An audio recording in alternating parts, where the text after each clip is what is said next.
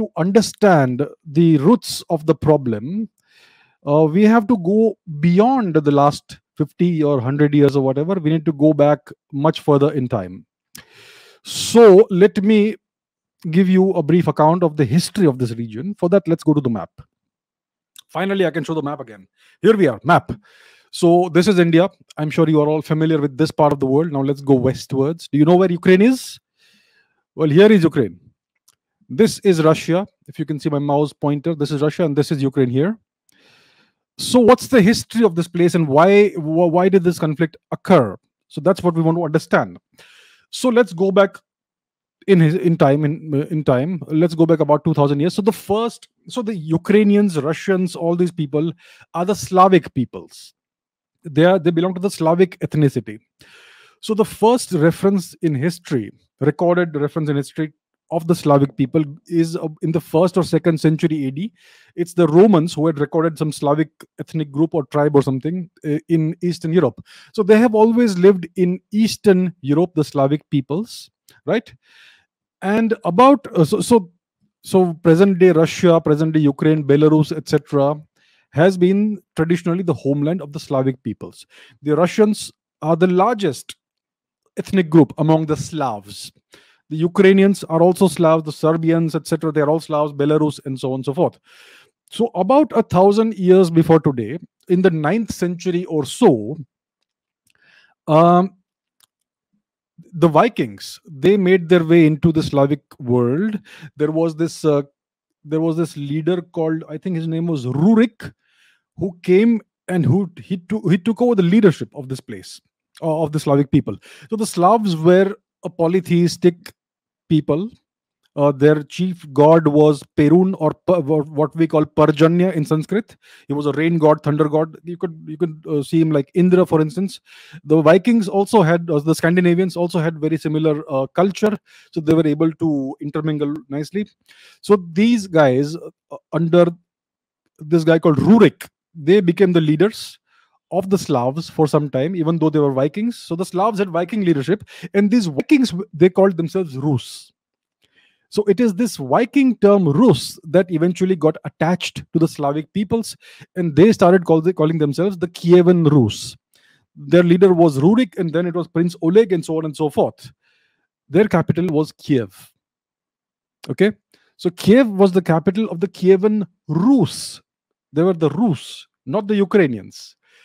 So that is the first capital they had, the Slavic people, in the 9th and 10th century. And in the 11th century, they became Christianized eventually, and so on. And this region, which is now called Ukraine, was eventually called Novorossiya. Novorossiya means southern Russia, or rather New Russia. So it was mostly uninhabited for the longest time. And then eventually you had various kinds of peoples who made their way into this place, right? For instance, the Scythian people, the Alans, the Bulgars, the Mongols, the Tatars, and eventually the Russians also made their way into this place, into Novorossiya. In the 14th century, this place was called Little Russia. In the 17th and 18th century, the Russians, the Serbs, the Greeks, etc., they moved into this place, and that's when this place got the name Novorossiya. Later, it was called Ukraina, which means the borderlands of Russia. So, as you can see, it's always been Russian territory. Now, how did the nation of Ukraine come into being? The modern nation state of Ukraine come into being? So, for that you have to go back about 100 years.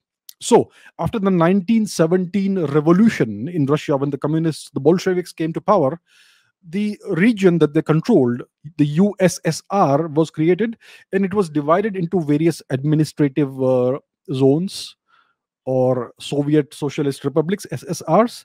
And one of these republics, for administrative purposes, was called Ukraine. So it is this region that we see here, right? So that region was created for administrative purposes, and some territories were added to it, which are all Russian speaking, and so on. And in 1954, I believe, it was Nikita Khrushchev, after the Great War, after the Second World War, he added the region called Crimea, this peninsula over here. He added this region for administrative purposes to to Ukraine. Now, the constitution of the USSR was such that all these various republics had the right to secede from the Union. But under people like Stalin and Khrushchev, etc., the control was so strong that nobody would even dare to think of seceding from Russia, from the USSR. Right now, so all these regions were made part of Ukraine for administrative purposes. The eastern parts of Ukraine, the Luhansk, Donetsk regions, which is known as the Donbas region, is Russian speaking. And strangely, the Ukrainians, okay, I'll come to that later. So what happened is that after the dissolution of the USSR in 1989, Ukraine and various other republics declared their independence because Russia had very poor leadership, very weak leadership at the time. So in the 1970s and 1980s, the economy of the USSR was not doing well because their leadership was not strong enough. And in the 1980s, it was Mikhail Gorbachev who came to power. He is, you could say, the weakest of all the leaders in the USSR. He is the one the West loves the most and the Russians hate the most, because he presided over the destruction of this country, the USSR. So Ukraine became independent in 89 or 91. Look it up which year it was. I don't remember all the exact dates. Ukraine and various other republics, Kazakhstan, Tajikistan, Kyrgyzstan, and so on and so forth, they all became independent. Moldova, Belarus, Lithuania, Latvia, and so on, they all became independent. They all declared their independence, and the Russian leadership was not strong enough to keep them together. So they were allowed to become independent. And in the case of Ukraine, there were lots of these Soviet nuclear missiles and warheads on Ukrainian territory. So what the deal that was cut for the Ukraine was that you give up all the Soviet nuclear weapons. In exchange for that, we will cancel all the debt that you may have to repay. Because at that time, the USSR owed a lot of debt to various countries. So the Russian Republic said that we will take care of all the debt. You don't have to pay it, Ukraine. Just give us back all the nuclear weapons. So that was the deal, and the Ukrainians gave away the nuclear weapons to the Russians, and the Russians ensured that the Ukrainians, they would not have to pay repay any of the debt. And they also subsidized the development of Ukraine. In the last 20 years, more than 100 billion or 150 billion dollars worth of subsidy has been given by Russia to Ukraine. So you had people like Viktor Yanukovych, who was the president of Ukraine. Listen, I know there are very smart people who are watching and who will watch in the future who will say, you did not mention so-and-so leader. You did not mention so-and-so president. I am giving a very brief, condensed overview of history. This is not a history lesson. This is about geopolitics. I'm not going to mention every irrelevant politician who ever came to power in Ukraine. So in November 2013, Viktor Yanukovych was the president of Ukraine. Then there was this revolution in Ukraine, the 2014 Maidan revolution, the Euromaidan revolution. So in February, I think 2014, the elected president of Ukraine, Viktor Yanukovych, was ousted. He was thrown out, and somebody else was put in place, Petro Poroshenko, I think. All right. So this was essentially a pro-EU, pro-NATO, pro-US government that was installed in the place of the legally elected government of Ukraine. Okay? These are facts. I am not putting any kind of spin on this. These are just hard facts. So a pro-NATO regime was installed. This is essentially nothing but a coup that the West engineered in Ukraine. Currently, as of today, I am not mentioning all the politicians who came to power. If you want a list of politicians, you want a dry history lesson, look it up yourself. Currently, the president is Volodymyr Zelensky. Right? He's a former actor, former comedian, whatever. Right? So he is in power right now. So let's go back to 2014 again. Once this coup happened, so now I can tell you this, that strangely enough, the Ukrainians in the past 20 years have not conducted any census. Because if they were to conduct a census, what you will find is that there is a very significant Russian-speaking population across Ukraine, mostly concentrated in the east and south, but in other parts of Ukraine also. Right? So the Ukrainian language is a Slavic language.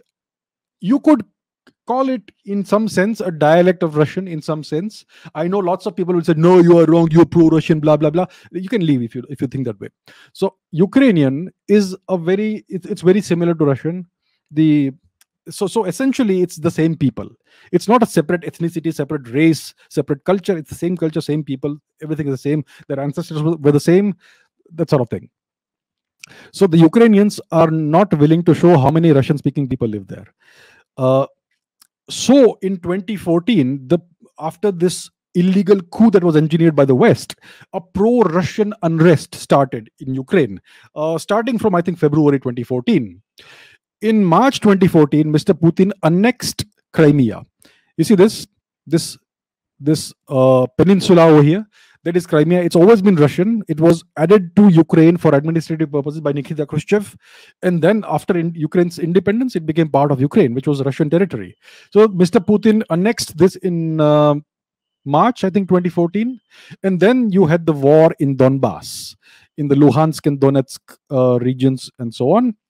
In May 2014, there was a referendum, okay, in this region. Uh, so this referendum, I think what happened is in April 2014, two independent republics were announced in the Donetsk region, the Luhansk People's Republic and the Donetsk People's Republic. In May 2014, referendums were held, the Donbass status referendums, which sought to legitimize the establishment of these republics. And the war continued, the unrest continued. In 2014, there was this terrible tragedy, this horrific tragedy. Malaysia Airlines Flight 17 was shot down. They thought it was a civilian aircraft or whatever, a military aircraft or whatever. It was a horrific disaster. Then in September, you had the first Minsk agreement, which was a 10-12 point peace plan that was agreed upon. So that was in September 2014, the first Minsk agreement. In November 2014, there were general elections in the Donbass region, which elected the chief executives of these two republics and the parliaments of these two republics. By January 2015, the Minsk Protocol had collapsed. So in February 2015, the second Minsk agreement, Minsk II, was agreed upon, which was, I think, a 13-point agreement, in which there are a couple of terms, I think point 12 or 13, or 2-3 of these, that both the sides interpret very differently. So again, the Minsk II agreement protocol has never been adhered to properly, and this fighting continues. The separatist sentiment continues among the Russian-speaking people. In 2021, there was a significant escalation of fighting. By the end of 2021, there was a significant Russian build-up in the regions that are adjacent to the Donbass region of Ukraine and various other places. And also, interestingly, in 2014, I think it is in December, Belarus changed its constitution, and which effectively ended the neutral status of Belarus. Belarus is this little country here. It's also a Slavic country. It was also a part of the USSR. So Belarus amended the constitution, which essentially makes it nothing but a satellite state at best of the Russians. So you can say that Belarus is now willing to host Russian nuclear weapons and Russian nuclear missiles, and it will be the Russians who control it. So essentially, Belarus is, you can say, now annexed by Russia. So Belarus can be considered Russian territory from now on. So in 2021, there was this Russian buildup, end of 21, around Ukraine. Significant escalation of fighting. 2022, it continued. The escalation continued further. And the last 48 hours, we know what happened. Mr. Putin has ordered an invasion of Ukraine. Now we don't know how far the invasion will go.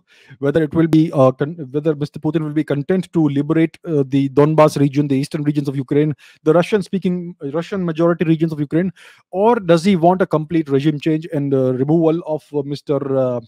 Volodymyr? Does he want to remove the current president of Ukraine? So that is what we need to see. That is what we are going to see in the coming days. Whether Mr. Volodymyr Zelensky will remain in power, I mean, not in power, but in his office, or whether he will be removed and some other person will be put in place. So if that happens, it is a complete regime change. Otherwise, if the Russian incursions are stopped at a certain point, then it is a liberation of certain territories. And it's also interesting to note that some of the Russian incursions into Ukraine, invasion essentially, have happened from the north via Belarus. That's interesting. So essentially, Belarus is now part of Russia. And we are also seeing now that the Chechen troops of the Russians are now being readied. They are being prepared to come and occupy parts of Ukraine. The Chechen troops are the ones who are in the Caucasus, this region, right? This is Chechnya. There was a horrific civil war there. It was eventually controlled by Mr. Putin. It has come under control. The region is pacified. It is stabilized now. And the Chechen troops of the Russian army are the most battle hardened troops. They know how to deal with everything, including insurgencies, including street fighting, including guerrilla warfare. They can deal with everything. They are the ones who will be put into place into Ukraine. So they will be able to deal with any insurgency that may happen in Ukraine, because obviously the West is not happy with what's happening. The Americans are not happy. The NATO is not happy with what's happening. Uh, and they may try to foment insurgency and all after the Russian takeover of the place. So that is where we are, and that is what I can tell you about the history of this place.